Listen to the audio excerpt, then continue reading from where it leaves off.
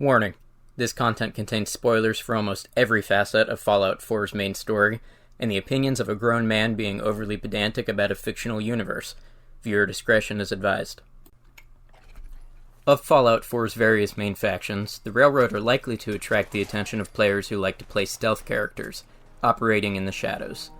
Defending the rights of synths to be free and self-directed, they act as a future underground railroad for escaped synths.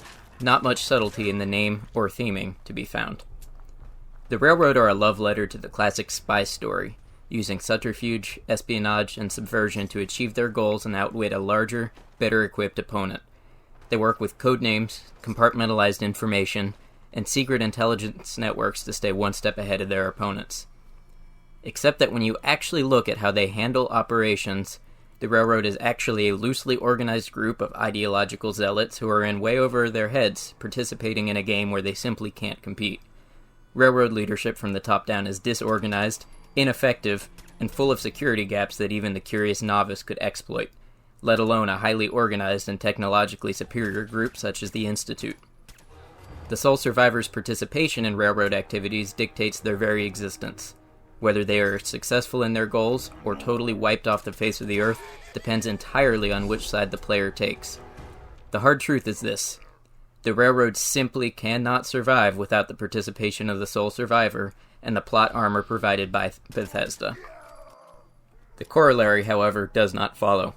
Although the player takes part in wiping out the Railroad depending on which faction they side with, it's wholly unnecessary for their downfall. This analysis will demonstrate in painful detail the many signs that the Railroad is already on the path to ensuring its own demise. Keep in mind, this analysis is entirely one of the Railroad's tactics and practices. Their convictions, that synths are sentient and human and deserve liberation at the cost of human lives and suffering, is one that's been greatly debated and presents its own problems. But for now, we'll give them the benefit of the doubt and assume they are 100% morally in the right for the sake of discussion, and see how this brings us to their downfall either way. While writing this, I wanted to play through Fallout 4 completely fresh so I could experience their story firsthand. I'd been thinking about this topic for a couple of days, and my opinion had become fairly critical of the writing of the Railroad as a faction. I wanted to make sure that I wasn't taking anything for granted and see if playing through their storyline presented any mitigating factors that might alleviate the concerns I had for their practices. I started up a new character and named them Nobody, because that's who I wanted them to be to the Railroad. An absolute nobody who showed up knocking at their doorstep. I created a character as unremarkable as I possibly could, one who stood out in no way and looked like the average settler of the Commonwealth. However, after putting on a hat and glasses, I came to the conclusion that Nobody resembled Maynard James Keenan from Tool, and oddly some of Deacon's disguises himself. My first order of business was to head to Sanctuary Hills. Ignoring Codsworth and any indicator of my pre-war life, I headed straight for the special book to gain an additional rank in one of my stats. Immediately following that, I tore down most everything in Sanctuary Hills for materials. Fair disclosure, I played this playthrough on very easy mode because I already find playing through the storyline tedious and wanted to move through it as quickly as possible. I also used what some of you may consider an exploit by abusing the construction system to quickly level myself. I now sit on a throne of scrap. Power leveled a few ranks, I went about my way. The very next thing I did was head straight to the Railroad. Not via the Freedom Trail or anything, I just marked its rough location on my map and went about my way. I took great care to interact with nothing worthwhile on the way so that I would be a total unknown when I arrived. Along the way, I ran into Art and his synth counterpart Art, who both tried to convince me they were the real Art. I chose to end them both just to be safe. I briefly regretted this and worried it would have an impact on my introduction to the Railroad, but my worry was for naught, as this was never brought up again. A short while later, I arrived in the catacombs of the Old North Church. I knew where it was and how to get in, but it wouldn't have been a major stumbling block if I hadn't. They point right to their location with a bright red trail marker. The door also has a password, but not to worry. It's secured with a totally infantile code word system where all of the information you need to gain entry is left along the trail, drawn in bright red crayon by a genius mastermind. Should you follow these breadcrumbs, you'll find that the password to enter the Railroad is Railroad. I understand they only have so many letters to work with, but I sat down for just a couple of minutes to come up with some other phrases that can be made with these letters. Leave a comment if you come up with any other creative phrases. There are literally tens of thousands of combination. But literally any one of these few that I came up with off the top of my head would be preferable. Freedom for all life, on the road, bother no trails, do the most, the trial of the trail, then meets freedom, some for the freedom of all. Life is free, life isn't free, freedom isn't free. Again, those were just a couple of things I spat out after looking at the letters on the board for a couple of minutes. I could tell you what happened when I opened the door, but instead I'll just play the cutscene. Answer my questions. Who the hell are you?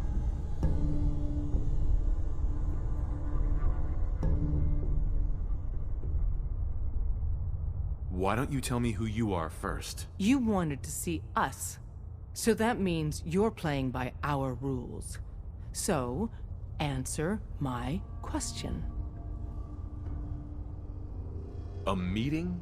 I was just exploring. And you just happened to guess the password to the secret door. Right. It's clear you're not with the Institute. But who told you how to contact us? What? Contact who? I just stumbled in here. You really don't know, do you? I'm Desdemona, and I'm the leader of the Railroad. And you are?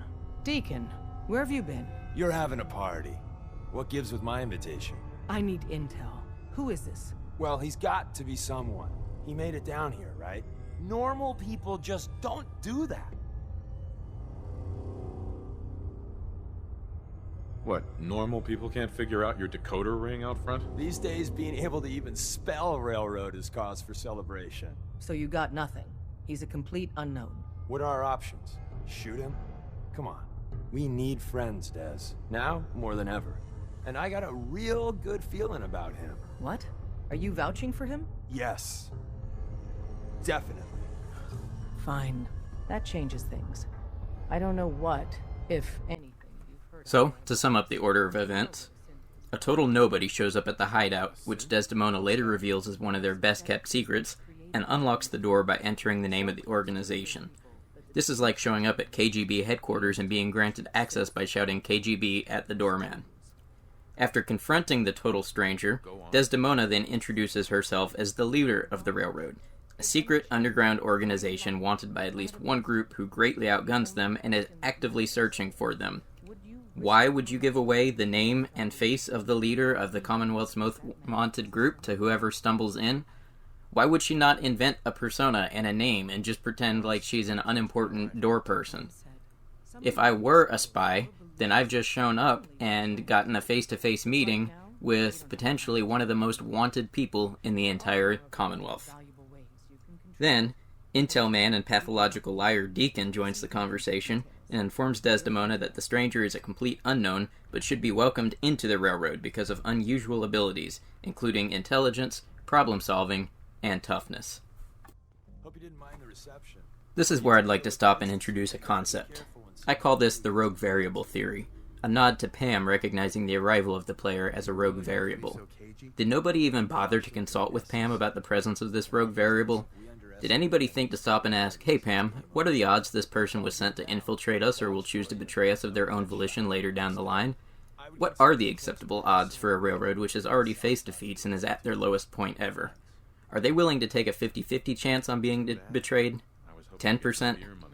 Is even a 1% chance of being infiltrated by a rogue agent worth it considering the dire circumstances they find themselves in? I digress, for the moment. The rogue variable theory states that the player can arrive and join the railroad being 100% unknown and simply invited into the ranks. Who are they? Nobody knows. What if the Institute had cracked the absolutely moronic code that the railroad used to secure their location and had simply sent a synth for reconnaissance? Even Deacon vouches for you because you have unusual abilities that led you to them. You know who else has unusual abilities? Synths, coursers, and hired gunmen. We know Deacon is at least conceptually aware of Vault 111, or at least that he, or somebody in the railroad, has watched the area because of the secret observation point one can find just outside the vault. Nobody else in the railroad knows anything about you at this point, or has any reason to believe that you're not sent to infiltrate their ranks and report what you learned to the Institute. For all they know, the Institute is watching through hidden cameras in your eyes and is seeing everything that you see. I want you to keep this in mind from now on. For every action portrayed on the screen, I want you to imagine that the player character is a synth, or even an agent like Kellogg, sent specifically to learn more about the organization and report back to the Institute how they can be destroyed. Let's see how quickly we can determine this would lead to their downfall.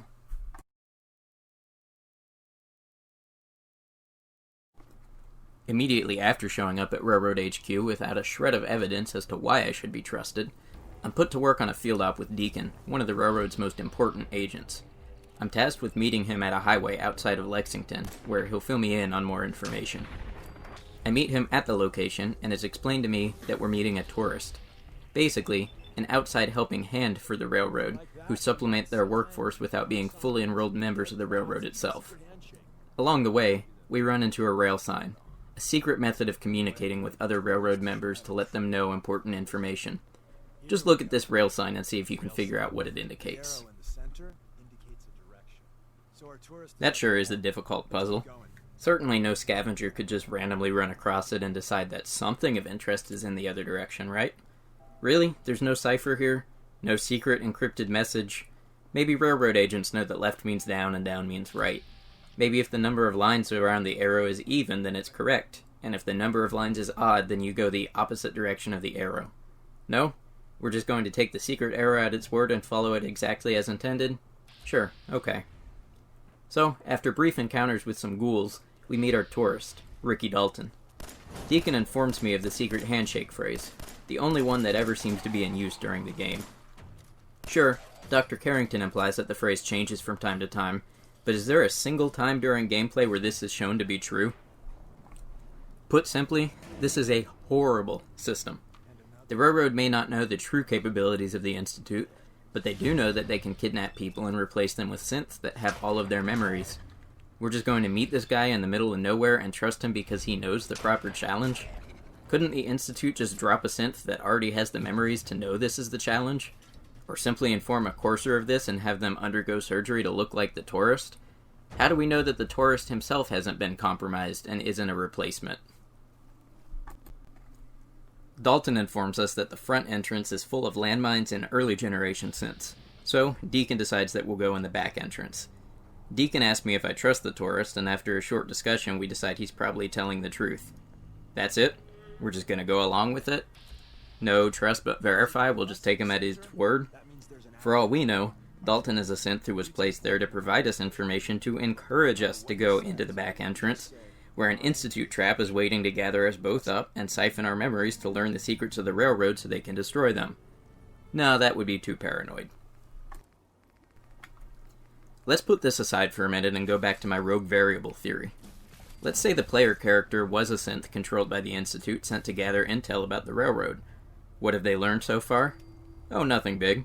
Only their location, password, the names and faces of all of their important people, both the call and answer of the handshake phrase that seems to be the only verification method they use when determining how to trust one another, how to read the secret rail sign communications, and how their network could easily be infiltrated by kidnapping and replacing a single of their tourists. You know, only enough to destroy everything the Railroad has worked to build and protect. But it gets worse, so we'll leave that here for now. From here, we go on to the old Railroad hideout. Deacon tells us we're here to gather a prototype designed by Dr. Carrington. When pressed for answers, he doesn't even know what it is, what it does, or why it's important. Remember that compartmentalization of info after all. It was left here when the last hideout was destroyed, and we have to come back for it. Making our way into the old hideout, and through all the synths currently sweeping the area, we learn that the hideout was situated in a place called the Switchboard, an off-the-books facility maintained by the Defense Intelligence Agency. This is a real agency, by the way. I've seen a lot of fans assume that this is a fictional counterpart to the real-world CIA, but in reality they're both important members of the U.S. intelligence community. Being located in the old DIA headquarters is an important point, as we'll call back to it later to really drive home just how incompetent the Railroad is, despite the resources they had to better themselves. Making our way through the switchboard, we finally come across a locked vault, and Deacon tells us this is where the prototype is located. He unlocks the vault with a recorded voice phrase from Dr. Carrington and opens the door. Inside, he finds the body of Tommy Whispers, a KIA railroad agent who sealed himself in with the prototype to prevent it falling into the wrong hands. Deacon hands us his gun, the Deliverer, and allows us to collect Carrington's prototype, along with a couple of stealth boys and a mini-nuke. Let's assume again that the player character is an undercover courser sent by the Institute. Maybe, for all their technological advances, they simply couldn't get into the vault that the railroad locked up. Now, with the prototype in hand, what keeps Deacon from being gunned down in the vault while the rogue variable disappears with the prototype? Maybe they're going to disappear with it back to the Institute for reverse engineering. Maybe they're just a junker who decided they could make more caps selling it and disappear with it now that they've gained the trust of this guy they just met. Naturally, for a risk this big, you would imagine that the prototype is very important to the railroad in their missions later on down the line. Except you'd be wrong because the railroad is run by crazy people and nothing makes sense. Carrington's prototype is never explained, never comes up again, and is at no point relevant to any other part of the plot. For all that is explained in the story, it is literally just a MacGuffin to give the character a goal and some exposure to the operation practices of the railroad. Once we've made our way through the switchboard, we fight our way out of the Slocum Joes that housed the secret entrance. We then hand over the prototype to Deacon. Wait, what? We got what we came for. Let's split up and meet back at the catacombs. I went through all of that, and I still don't know why. And I still don't have them. I just hope we didn't liberate the doctor's coffee maker. See you soon.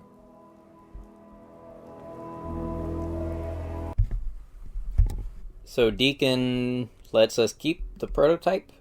He heads back to base on his own, not accompanying the person he has spent a combined hour with who currently holds prototype technology that was worth risking top agents' lives, while he returns back to base empty-handed? What's he going to tell Desdemona if the player character never shows up? I thought he was trustworthy? Who knows what could happen? He does understand that we live in a post-nuclear wasteland, right? Maybe the character heads back to the Institute, delivers the prototype, and sends coordinates along with a dossier on each member of the railroad to track down and destroy. Maybe the player character runs into a group of super mutants and ends up dead and eaten. The prototype just another shiny thing that gets torn apart by a mutant who doesn't understand technology. No, rather than babysit the new agent, Deacon decides to return by himself. We then fast travel back to the railroad HQ, where the player walks in to find Deacon greatly exaggerating the feats of the player to Desdemona. Given the option, I chose to go along with Deacon's lie. The persuasion attempt fails, and Desdemona sees right through the lie, but that's no big deal. We only have a completely unknown person and an agent who vouched for them for no reason, and was supposed to simply turn them into a tourist, but instead took them alone on a mission to recover a high-priority object, both of whom lie directly to her face upon returning about the events that took place. I can't think of a single security risk involved in this situation. We're asked to choose a code name, because secrecy keeps the railroad alive, and I choose Charmer, because unlike the NPCs in this game, I possess the smallest potential for understanding irony. Desdemona instructs me to turn the prototype over to Carrington and see if he needs any help. Oh, does he? Call me Charmer.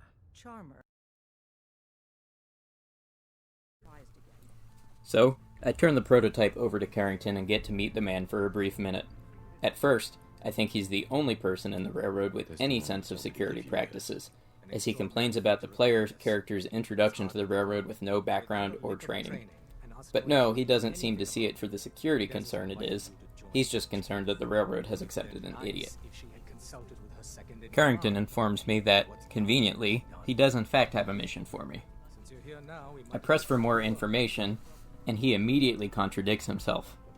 First, he explains that extensive security measures are necessary for interacting with one another due to the danger that the railroad is always undergoing. Then, in the very next breath, he calls Old Man Stockton paranoid for only wanting to communicate via dead drop. Pretty necessary? Often we're dealing with strangers, so we need to establish trust quickly. And despite our precautions, the Institute always manages to track us down. Snoid old bat won't even tell us the problem. He insists that we get our intel from a dead drop.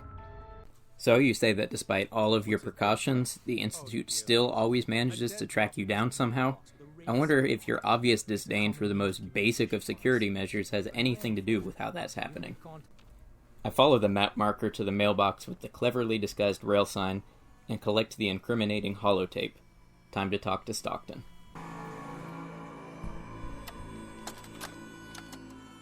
Update. Observed unusual activity has ceased. Window is open for a heavy to make contact, but they should act now.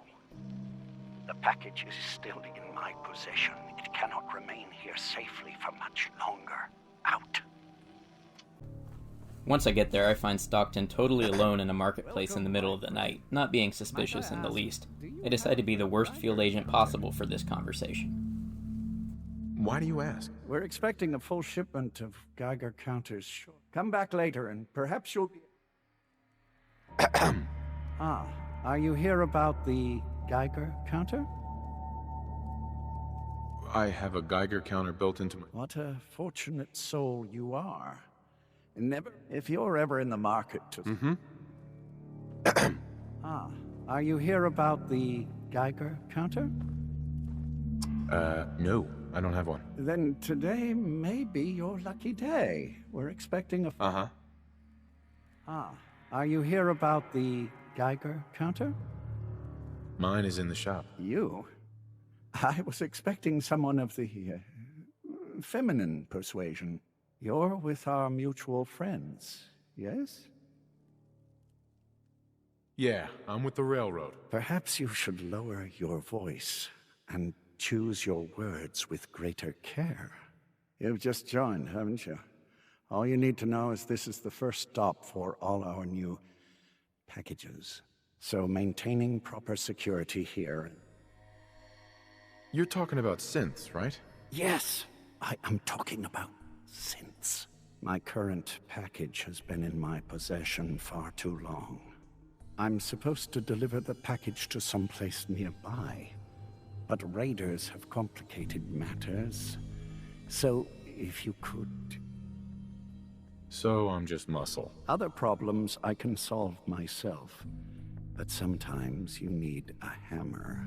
It's scheduled to be a nighttime delivery, so if you could clear out the undesirables before dawn, we can do this tonight. See you soon. Seriously, why would Stockton hand anything over to somebody who shows themselves to be as incompetent as I just did? Hey. It took me 4 tries to get the countersign correct, and I can't have a discreet conversation to save my life. Nothing about this seems suspicious enough for a seasoned agent like Stockton to call off the operation and request somebody more competent to handle affairs. Regardless, I clear out the spot, and Stockton arrives soon with the package. He tells me somebody will be along shortly and clears out. Then, we meet High-Rise. Let's stop here for a pop quiz. You're a field operative working for the Institute, and you're handed intel that a certain railroad asset named High-Rise is the leader of one of their safe houses and must be eliminated.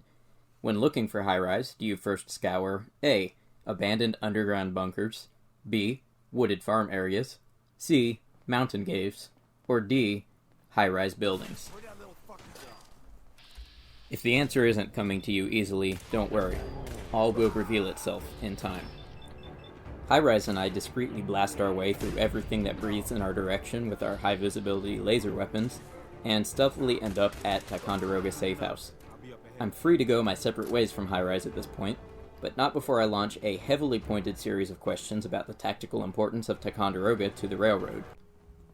Unfortunately, I must not have properly started the video recording during this line of questioning, but High-Rise reveals the importance of Ticonderoga Safe House, as it's often the first stop for escaped synths where they help them come to grips with the new world and answer their questions about the process to start a new life, and often to have their memories totally erased.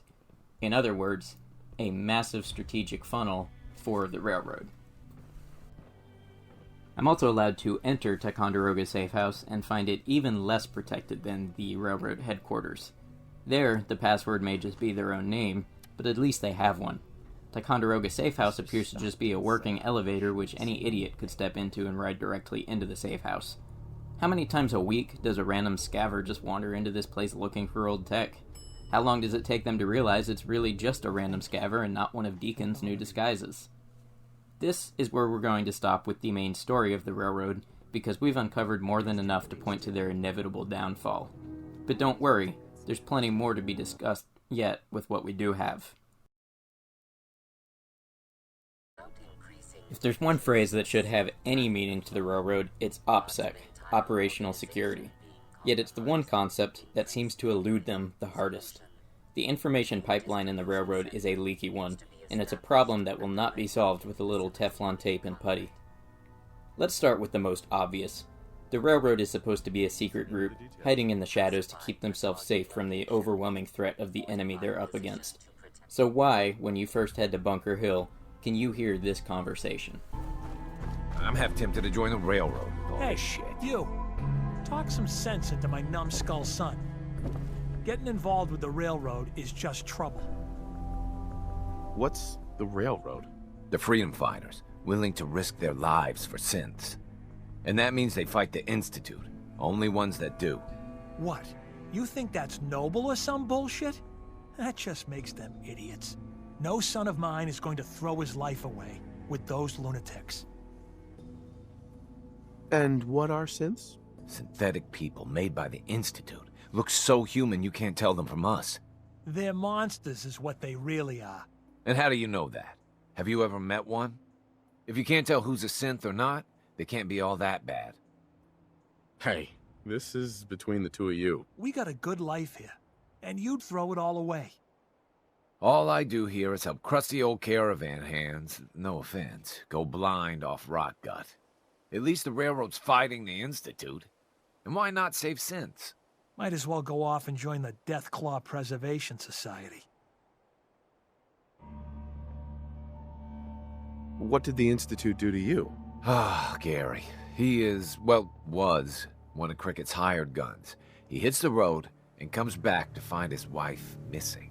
Yeah, so the Institute kidnaps people. I'm not saying I like it, but the world's a dangerous place. It's not— Trying to save synths sounds noble to me. I'm not alone in this, Dad. Enough. We got cut. People already know who the railroad are, what they do, and what they stand for. This means they've already failed. Sure, their individual identities may not be yet known, but they're already on the public radar. This means it's only a matter of time until they're hunted down by the Institute if they continue operating, no matter what they do. Or consider how much information is available inside the railroad HQ if it's breached. You meet every one of their leaders, all grouped together in one base. Pam, their greatest strategic asset, just stands in the front office. The HQ has blackboards that have all of their safe houses, agents, and rail signs just listed in the open for anybody to read. The railroad likes to make a big deal about information being compartmentalized, but none of this info is. Compartmentalized info means that nobody has the whole picture, only what is relevant to them. Think of every classic "that's on a need-to-know basis" line you've heard in the movies. That's an example of compartmentalized info in action. If they were truly compartmentalized, not everybody would have the whole picture. Only a select few, say Desdemona, Carrington, Deacon, and Drummer Boy, would know the location and name of all of the safe houses. The others would only know a few that were directly within their circle. Heavies might have a different set of rail signs from covert agents, and some would be free for use with tourists, while more important and specific rail signs would be reserved for directly dealing with operatives internally, but not the slightest bit of attention has been paid to any of these details. These concerns aren't even entirely hypothetical within the canon of the game. Having all of their leadership grouped together in one place, depending on the faction you go with, that actually does lead to their destruction. The Brotherhood of Steel passes along intel that the railroad could be a threat, and they send you along to Old North Church with an itemized list of all the VIPs to kill. But let's look at our hypothetical infiltrator agent character and see just what we accomplished as a nobody in the organization. We cracked their code and secret password, had a face-to-face meeting with the leader of the railroad who told us she was their leader. We were sent on a mission where we were supposed to be a tourist, but were given the privileges of a full-fledged member because Deacon thinks he's above protocol. We learned all of the secret rail signs and the sign-countersign phrase that every railroad member in the game uses for verification. We were trusted for an extended period of time alone in a hostile environment with one of the most important agents of the railroad, and then left alone with the highly important prototype device. Finally, we found the location of and gained access to another safe house that is highly important to the pipeline of escaped synths. With everything we found here, all that would be left to do would be send GPS coordinates back to the Institute and teleport in coursers to wipe out everybody in the railroad. The information we've gained access to is enough to put the nail in their coffin. But there's one last thing to talk about. One thing that I'm convinced would lead to the downfall of the railroad, even without the player character having done all of these things and gained all this information. That one thing is one man.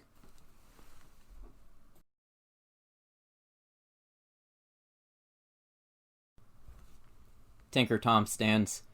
I'm sorry, but we're gonna have to talk about your waifu. In an organization full of inept decision-making, pathological liars, and absolutely piss-poor security measures, the cherry on top is the psychotic, drug-abusing, insane man-child of a man known as Tinker Tom. And worse than this, the inability of management to take him seriously or see him for the security concern that he is. I believe 100% that Tinker Tom will bring the downfall of the Institute, because nobody, absolutely nobody, holds him accountable for his insanity, and they give him power that he should not be playing with. First of all, if anybody in the railroad should be paranoid enough to see the problem with a nobody walking into their organization, it's Tinker Tom, who is so paranoid that he believes that the food above ground puts microchips in your blood which report back to the Institute. In fact, when you first meet him, he asks the player character to take a serum to kill these. When you ask him what's in the serum, he reveals that it's got a combination of bacterial cultures, algae, and battery acid. It nearly kills you when you take it. Desdemona says that he can't force anybody to give this serum, but nobody seems to care if he talks people into taking it of their own volition, regardless of the health effects it could have. Now, credit where credit is due. Tinker Tom is good, as his name implies, at tinkering. He seems to come up with good equipment, especially weapons and armor. And as a gunsmith myself, I have to respect this about him. But this is where his participation should end. As he plays around with technology, he opens a lot of vulnerabilities for the railroad. And worse, nobody seems to have the knowledge to see it. To begin with, let's talk about the fact that the stupid password and trail marker system was designed by Tinker Tom, something he is proud of. In fact, he believes that nobody could crack that code. Why is nobody watching over these decisions and keeping him from doing things that could harm them? This is the kind of thing that, when brought to the leadership at the railroad, should have gotten Tinker Tom a pat on the back and the drawings put up on the fridge where everybody could see them proudly. Instead, they actually let this madman make security decisions that greatly impact the railroad. Made a new batch of whatnots for you. But the worst part, the part we absolutely have to talk about, is Tom and his Mila project. The Mila project is something that Tom came up with to prove his theory that the Institute is terraforming the Earth.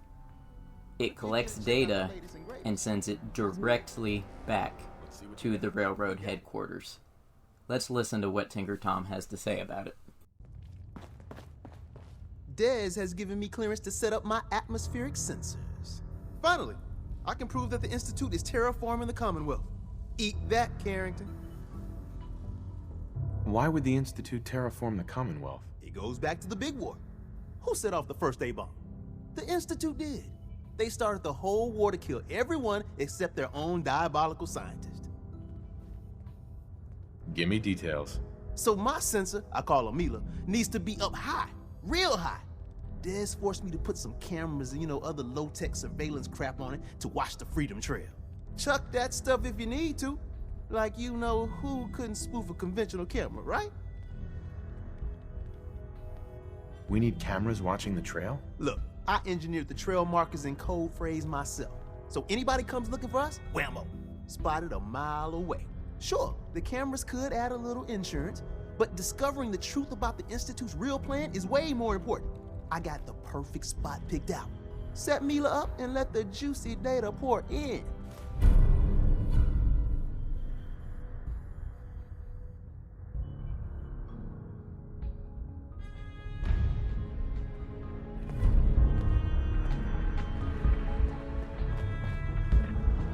Why is this such a big deal? One word, or rather one phrase, SIGINT. Broken down, it means signals intelligence. It is the act of reading signals, incoming or outgoing, to pick up intelligence about another group. Remember when I said that them being at the DIA switchboard would only prove their incompetence and how they had failed to better their practices with the wealth of resources they had around them? The Mila Project is actively one of the most dangerous things the Railroad could be participating in, and they're doing it at the bequest of a madman. The DIA has a SIGINT department. Surely there are DIA materials left over that would help anybody understand just the basic concept. Inside the switchboard, you find a covert ops manual published by the Department of the Army. So if there are surviving DOA assets inside the building, then surely there would be DIA documents that would cover the very basics of how not to get yourself spied on. But as it stands, Desdemona has allowed Tinker Tom to set his Mila everywhere, just streaming data directly back to Railroad HQ. And there's really no practical limit on how many of these things there can be. You can place dozens of Mila sensors that would make it only easier for anybody to track the signals and follow them right to the center. And this isn't just some passing concern or some over-application of real-world spy movies. This is a very real threat. In fact, we know that the Brotherhood of Steel is in the Commonwealth because they've picked up energy readings. Meaning, they could easily pick up the energy readings that the Railroad is leaving around with the Milas and find the center where Tinker Tom is happily sending signals right back to base to be found. In my mind, this is particularly egregious because the inclusion of the SIGINT marker on the walls in the switchboard means that somebody at Bethesda knew enough about the topic to know that this was an area of concern. Yet, they still wrote the Railroad, the secret espionage faction, to be completely oblivious to this fact and have it never come up in the storyline. So, I see it not just as a failing of the Railroad as a faction, but actually as a failing of Bethesda to think into their factions anything more than skin deep and actually come up with believable stories. But hey, maybe that's just me. And that's why, despite everything the Railroad thinks they are doing to play the counter-espionage game, they truly have no idea fundamentally of the basic practices to engage in this type of subterfuge. And in fact, everything that they partake in is bringing them actively closer to being hunted down and destroyed one by one. Now, at nearly 40 minutes, I've said all I have to say for this part of why the Railroad are terrible at their jobs. In the later half of the game, we see, frankly, possibly even worse examples of decision-making and descent into madness. And if you'd like that video, please speak up in the comments, because I will have to play this character some more to get the footage necessary to do that. But if it's wanted, I will be happy to do so.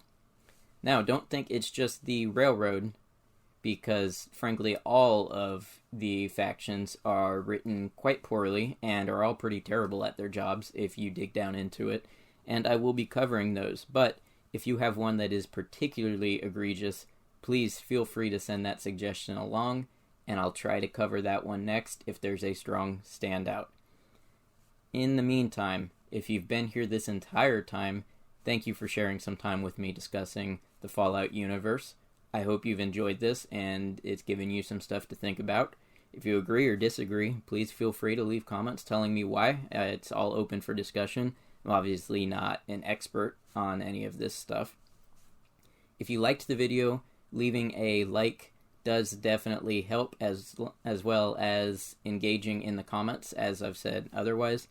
If you disliked it, please do feel free to leave a dislike. But if you'd like, leave me a comment saying what was wrong with it so I can try to do better next time.